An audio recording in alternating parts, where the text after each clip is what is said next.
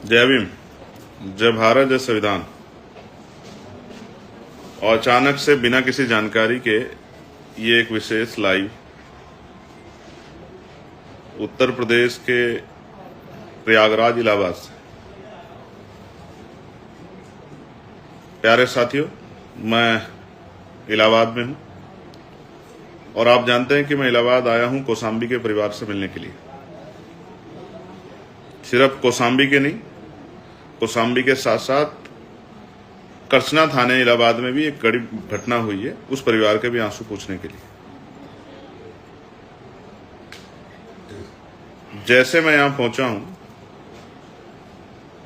पूरे एयरपोर्ट पे फोर्स लगा के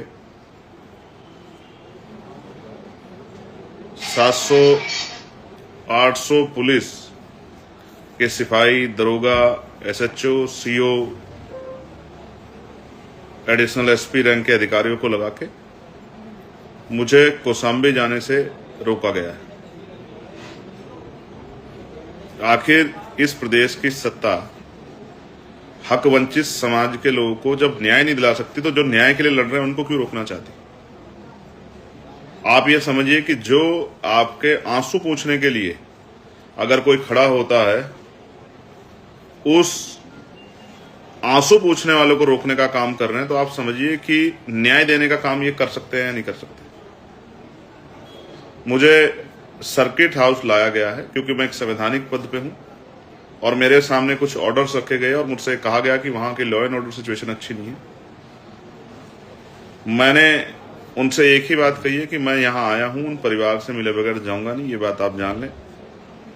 चाहे आप मुझे जेल भेज दें, चाहे आप मुझे फांसी चढ़ा दें, चाहे मुझे गोली मार दें, मैं उन परिवार से मिलूंगा, उनके हालात जानूंगा और किस तरह से हम उनको न्याय दिला सकते हैं, उनके आंसू पूछ सकते हैं। इस काम के बगैर हम लोग नहीं जाएंगे।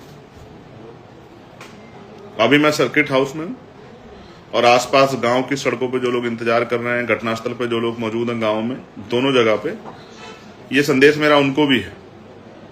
मैं कुछ देर इनसे, जैसा इन्होंने कहा है कि आप सर्किट हाउस चलिए, हम व्यवस्था कर रहे हैं आपके जाने की, अगर ये जाने को रोकते हैं तो फिर नेक्स्ट कदम क्या होगा इसके बारे में आपको जानकारी दूंगा।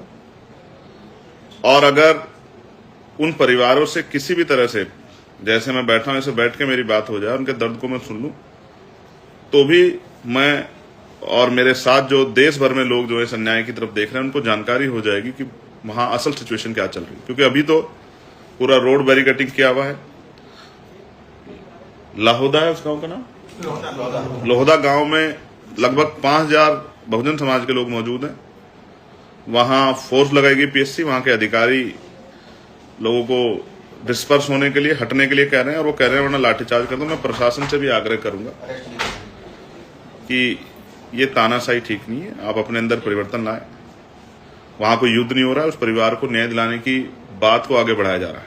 वो सब लोग न्याय मांगने आए हैं और सड़कों पे आदमी तब आता है जब वो नाउम्मीद हो जाता है कि उसकी कोई सुनेगा नहीं।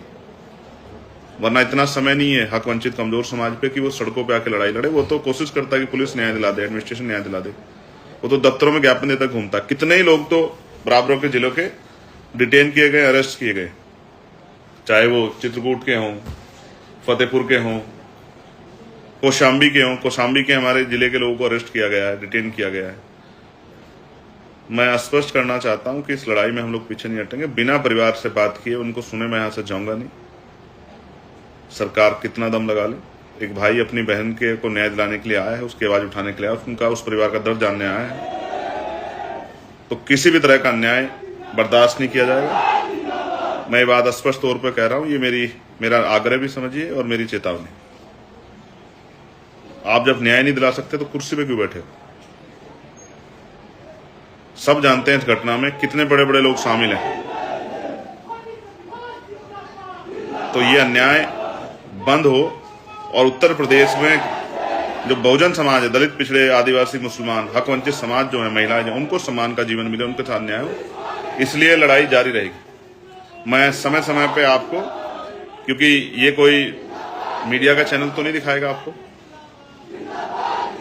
रोज देश में सैकड़ों दलित, पिछड़े, आदिवासी समाज की बच्चों के साथ जुल्म जाती होती है, उनको नोचा जाता है, कोई मीडिया नहीं दिखाता। ये संघर्ष की लड़ाई भी आपको कोई नहीं दिखाएगा, ये आपको ऐसे ही सोशल मीडिया के जरिए देखनी पड़ेगी।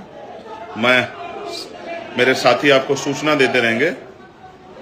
आप सब लोग जुड़े रहिए और जिन तक जानकारी पहुंच गई वो लोग सर्किट हाउस आ जाएं, जिससे कि इस लड़ाई को लड़ा जाए। मैं आपका भाई चंद्रशेखर आजाद।